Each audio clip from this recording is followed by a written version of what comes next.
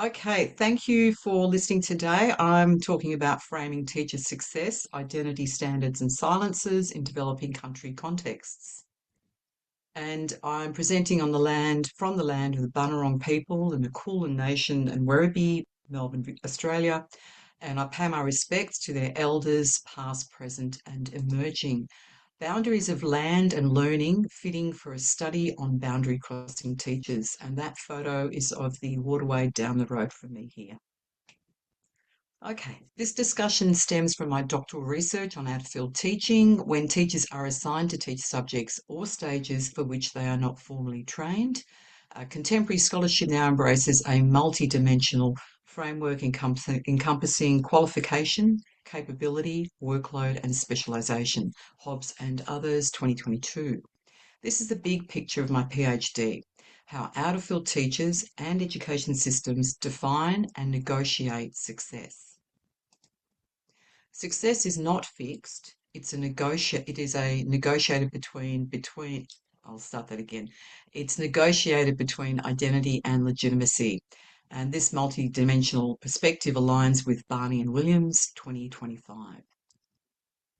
These frameworks enable analysis of how boundaries, representation, and policy discourse construct professional success.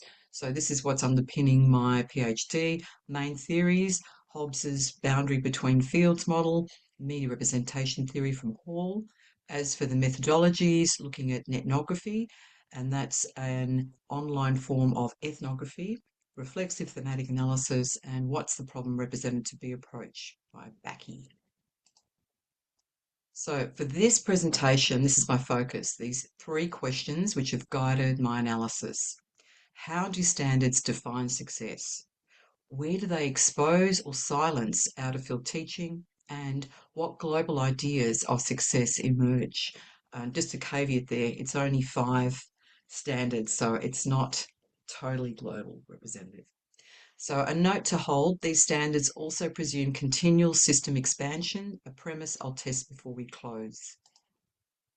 In my recent analysis for a research paper under review, I scrutinised the Australian Professional Standards for Teachers produced by the Australian Institute for Teaching and School Leadership, AITSL, last updated in 2022, and I also looked at Science and Maths Teacher Association guidelines. That work showed that standards assume teachers work securely in field and measure success through compliance and performance. That's why I suggested these documents reinforce boundaries between in-field and out-of-field teaching. To test whether these patterns are unique to Australia, I compared 4 additional education systems: Ghana, Uganda, Zambia and Pakistan. The years you can see under the country labels refer to when their teacher standards were published, and they're the ones that I've been looking at. So these global contexts offer diverse, I'm a step ahead of you guys. These contexts offer diverse conditions under a shared global discourse of teacher quality. Australia and Ghana have full teaching standard frameworks. Zambia and Uganda are still formalising theirs, and Pakistan's were designed for primary teachers, but state they can apply to secondary as well. So just to recap, Australian standards came out in 2022, most recent one, and these from Ghana, Uganda, Zambia and Pakistan from 2009 to 2019.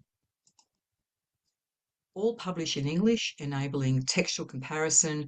Together, they show how global policy logics translate locally. So I mapped each system's policy landscape and education demographics using UNESCO, World Bank, ministry data and many sources as per the list in tiny writing below the table. So I did some tallying of teacher and student numbers to contextualize standards within differing system capacities. But the figures are indicative. They're drawn from different reporting years and may exclude private or non-government schools.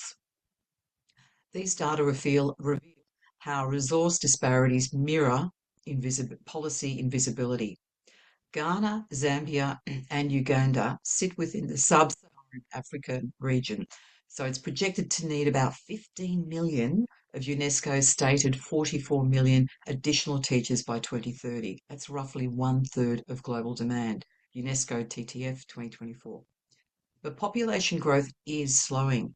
Recent estimates show sub-Saharan Africans' total fertility rate has fallen, with mothers having roughly one fewer child per 15 years on average, UNFPA and World Bank 2025. This intersection between global population projection and national policy is partly where my analysis sits. So here's the United Nations Sustainable Development Goal 4, ensuring inclusive, equitable, quality education and qualified teachers worldwide. It's a wonderful aim. UNESCO frames equity through professionalization, OECD through performance. Every country translates these logics differently, but all shape what counts as success. UNESCO and the OECD together define the global grammar of teacher quality. Quality operates as a policy term, whereas success is examined here as an interpretive, discursive construct. So here's a brief trail of the study from document selection through to analysis. I'll take a pause so you can take it in. I'll get some water. Rightio. Okay, so using Backey's 6 questions, each document was analysed for representations, constructions of identity, and silences. On the screen is part of my work on the Zambian standards before I remapped via Hobbs' boundary crossing model. As Ball 1994-2006 reminds us, policy does not just describe teachers, it produces them. It defines what counts as legitimate identity, practice, and professionalism. So looking at what the problem is represented to be across these 5 countries. So the standards define teachers as ethical, accountable individuals, leaving structural issues unspoken. Out-of-field teachers are boundary crossers. Their work is both required and erased. Their labour sustains schools, yet sits outside the frame of policy recognition. These silences preserve the fiction of an in-field stable profession, obscuring the boundary crossing work that keeps schools functioning. And I just want to say a little aside. I come to education research from communications and journalism, and I'm aware each time I read this that there is a sense of editorializing and commentary. So I try and rein that back. And Linda is my primary PhD supervisor is very good at reminding me not to be too comment focused. Okay, so going back. These next 5 slides, I'll share the most interesting excerpts from each country's teaching standards. For Australia, it's about success resting on data and compliance. Standard 2 always rankles with me as an out-of-field teacher. Know the content and how to teach it. How do you do that as an out-of-fielder? Standard 5.5 on the screen points to accountability through data that teachers themselves collect and disseminate. In Ghana, teacher professionalism is framed through moral citizenship, lifelong learning, and credential progression. As the excerpt on the left illustrates, teachers are expected to, open quote, identify their own training needs and take responsibility for addressing them through lifelong learning, close quote. This positions professional growth as an individual duty rather than an institutional responsibility. Across the standards, teachers are represented as not yet fully competent or proactive in their development. They must possess, open quote, secure content knowledge, pedagogical knowledge, and pedagogical content knowledge for the school grade they teach in, close quote. And for those seeking promotion, readiness becomes the central measure of professionalism. The framework explicitly aims to minimise risk of teachers moving into roles for which they are not qualified. As stated, open quote, in their career progression, teachers and leaders should be required to meet their training needs for a specific role before they assume that role, close quote. If we think back to Dr. Kyla Smith's talk earlier today, Canadian teachers said isolated efforts and self-driven teaching were least effective for out-of-field science teachers to foster their feelings of self-efficacy. My reading of the Ghana standards is that yes, teachers may well be largely on their own to boost their self-efficacy. Progression here is conditional rather than developmental, an authorised pathway that safeguards institutional legitimacy. Responsibility shifts from the collective to the individual. Teachers must continually diagnose and remedy their own learning needs to remain eligible for advancement. In both Ghana and Uganda, professionalism is moralised. Teachers are expected to perfect themselves even when the system around them may not. Uganda's standards place the weight of responsibility squarely on individual teachers, professionalism as self-sacrifice and moral virtue. A teacher shall, open quote, endeavour to improve his or her own academic and professional standard. She shall not do so at the expense of the learners, close quote. The good teacher is thus portrayed as self-denying, morally balanced, and never inconveniencing learners. There's no mention of systemic support or retraining for teachers working outside their field. The line between self-improvement and self-exploitation remains undefined. How do teachers know when they've crossed it? Teacher growth becomes a moral, not structural pursuit, reinforcing a narrative of individual responsibility over collective care. This moralisation of professional identity mirrors a wider pattern across contexts. Responsibilised teachers who carry systemic shortages as personal failings, performing resilience in place of receiving support. After Ghana's moral framing and Uganda's call to self-sacrifice, Zambia takes professionalism in a different direction towards research, evidence, and academic legitimacy. I want to highlight this excerpt from Zambia's standards because it really struck me. Proficient and distinguished teachers, that is, not novices, are expected to, open quote, undertake research and use findings to improve teaching and learning, close quotes. The actual standard goes into a lot of detail about they should do surveys and do inquiries and write them up and collaborate. It's basically the work of a researcher. Okay, so this is not a directive for novices, as I mentioned, but those more experienced, and it reflects a regulatory academic logic. Zambia uniquely expects teachers to add to the academic body of knowledge. Here, even research becomes part of performing legitimacy, extending the professional ideal into the realm of scholarship itself. And as you can see on the left, how Zambia passes the practice areas, research sits squarely at number 6. But just take a pause and talk about the Australian system. Many teachers, most teachers, if I may hazard a guess, don't have time to engage with the literature, let alone create it in their own classrooms and in their own contexts. So how do lower income countries, sorry, this is a low income country, it's only Pakistan that's lower to middle income. How do countries like Zambia, how do teachers there manage to create research? I have no idea. Anyway. So across Ghana, Uganda, and Zambia, professionalism is variously moralised or intellectualised. A teacher's worth tied to self-discipline, sacrifice, or scholarship. Pakistan standards bring a moral managerial hybrid, fusing virtue with accountability. They list 10 domains, and then you can see them listed there. And each of them are divided into these 3: knowledge and understanding, dispositions, and performance and skills. Notably, Islamic ethical values and the teaching of English as a second language appear as standalone standards, a pairing that reveals how moral and linguistic hierarchies coexist within the same professional ideal. These standards are written for beginning primary teachers, yet they're intended to apply across the whole K-12 spectrum, even to teacher educators, a striking stretch compared to Australia's stage-based framework, which covers graduate, proficient, and highly accomplished teachers. The tone is clear from this excerpt, open quote. The quality of teachers is abysmally low, ... fostering rote learning and passive preparation for tests. It's a deficit discourse, framing teacher quality as a central problem to be fixed, not shared systemic responsibility, but a moral managerial failure to be corrected. Taken together, the standards reveal how global governance of teacher professionalism travels through different moral, intellectual, and managerial registers.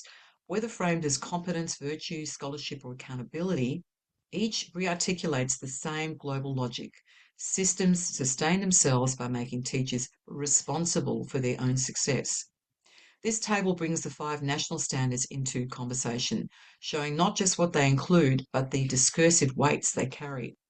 You can see how the moral or civic teacher appears almost everywhere, most overtly in Ghana, Uganda, and Pakistan, and more implicitly in Australia. where morality is recast as professionalism or duty of care. Knowledge mastery is a shared baseline. Every country positions subject expertise as essential, though it takes on different moral or managerial tones. The discourse of self-improvement or lifelong learning runs strongly through Ghana and Uganda, but also shapes Australia's emphasis on continual professional development. It's the clearest thread of responsibilisation. Teachers are expected to diagnose and fix their own learning needs. Evidence and accountability emerge powerfully in Australia, Zambia, excuse me, and Uganda, connecting to audit cultures and performance logics. Pakistan is the outlier here, where the emphasis falls more on moral conduct and English proficiency than on measurable outcomes. So, across the 5 contexts, the idea of the good teacher travels, moral in tone, managerial in structure, and self-governing in practice. Professional teaching standards reflect both global influences and local realities, to quote or to draw on Mockler 2020. They construct teacher identity through ideas of professionalism, competence, and ethics, but how those ideas are lived and what counts as success vary by context. This table shows how identity construction and definitions of success shift across the 5 countries. In Australia, identity is built through accountability and evidence. Success means knowing the content and demonstrating measurable impact, student outcomes, data, and performance metrics. In Ghana, competence and ethics dominate. Success is tied to moral citizenship and community engagement. The teacher as civic guide as much as content expert. Uganda emphasises professionalisation and context negotiation. Teachers succeed by adapting to regulated standards while balancing local constraints, being both compliant and resourceful. Zambia moves further towards academic professionalism. Teachers are expected not only to meet standards but to produce knowledge, contributing research to improve practice. And in Pakistan, we see a moral managerial hybrid, as I've mentioned before. Competence and ethics values sit alongside flexibility, defining success as moral conduct and mastery combined. Across these 5 contexts, professional identity becomes a negotiation between policy ideals and everyday realities, but what systems demand and what teachers can sustain, between what systems demand and what teachers can sustain. So to loop back, how do national standards define success? Mostly as mastery, ethics, and lifelong self-improvement. Where do they reveal or ignore out-of-field teaching? Almost entirely in silence. OOFT work remains systematically necessary, yet conceptually absent. And what do these patterns show globally? That success has become moralised and individualised. The teacher is hero, not as participant in a larger system. So across the 5 contents, success is framed less as collective or systemic and more as personal virtue, the good, responsible teacher who endures, sacrifices, and performs. Out-of-field teachers are rarely named, but their absence is telling. They occupy the very edges of every framework, necessary to the system, yet missing from the story of success. Silence operates as a boundary, defining professionalism by excluding structural conditions. What's unsaid are the conditions shaping teaching every day: class size, workload, resources, and pay. Also silent are the systemic causes of teacher shortages and out-of-field teaching, the policy and funding choices that make them inevitable. Even collective teacher voice, unions, associations, shared agency are not acknowledged. This is the effect of representation, policy standards that build success as moral and individual rather than relational and contextual. So the silences are not gaps to fill, they're part of how professionalism is constructed. To notice them is to see the boundaries of what counts as legitimate teaching. Out-of-field teaching shaped by workforce supply and funding becomes either invisible or moralised. Teachers crossing fields aren't seen as navigating constraint, but as embodying flexibility, service, or sacrifice. The standards maintain a global logic where responsibility flows down to teachers, not up to systems, preserving the image of a stable, fully in-field profession sustained by out-of-field work.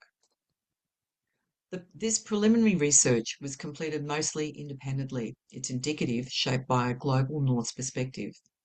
As an Australian researcher, I work within a system where subject alignment and credentialism define professionalism. But in Uganda or Ghana, professionalism may rest on more civic and moral ideals and disciplinary alignment. Recognizing that helps me avoid reading difference as deficiency. Still, the global logic of teacher responsibilization repeats across contexts. So analyzing invisibility also means confronting my own blind spots, of which there are many, but I just mentioned a couple here.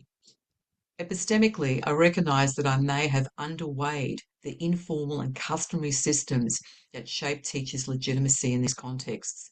Community expectations, school hierarchies, and donor agendas, to draw on Akiopong, 2017, Schweisfurth, 2013. Many national standards appear to have been written for donor audiences, reproducing external narratives rather than teachers' lived meanings, particularly 2020 and Samoff, 2009. Indeed, some may function more as historical artifacts of aid compliance than of active frameworks of practice. Ball, 1998, Steiner-Kamsey, 2012. I also recognise that by applying Western theories of professional identity and boundary crossing, Hobbs 2013, Ibarra and Babalescu 2010, without contextual adaptation, and me as a neophyte, I don't really know how to do that yet properly. So it's not to do with these two models. They can be right-sized. So I risk obscuring culturally specific boundary practices that may not map neatly onto global North perceptions or conceptions of legitimacy or transition. In this sense, reflexivity becomes not an endpoint, but a mirror for the global education system itself, one built on assumptions of perpetual progress and expansion. And one final provocation. If standards assume continual growth, always building more teachers for expanding systems, what happens when that growth reaches its limit? In 2016, UNESCO estimated the world would need 69 million teachers by 2030. Last year, it revised that down to 44 million, a 36% reduction. The decline reflects lower fertility, slower population growth, and plateauing school enrolments. That's UNDESA 2024. If teacher standards from UNESCO down to ATL and everything in between still assume endless expansion, they may need some tweaking. Maybe success lies in valuing those already teaching. And here are my refs. So thank you for your attention. Here's how you can contact me, and I'll be happy to address your questions now, if not later.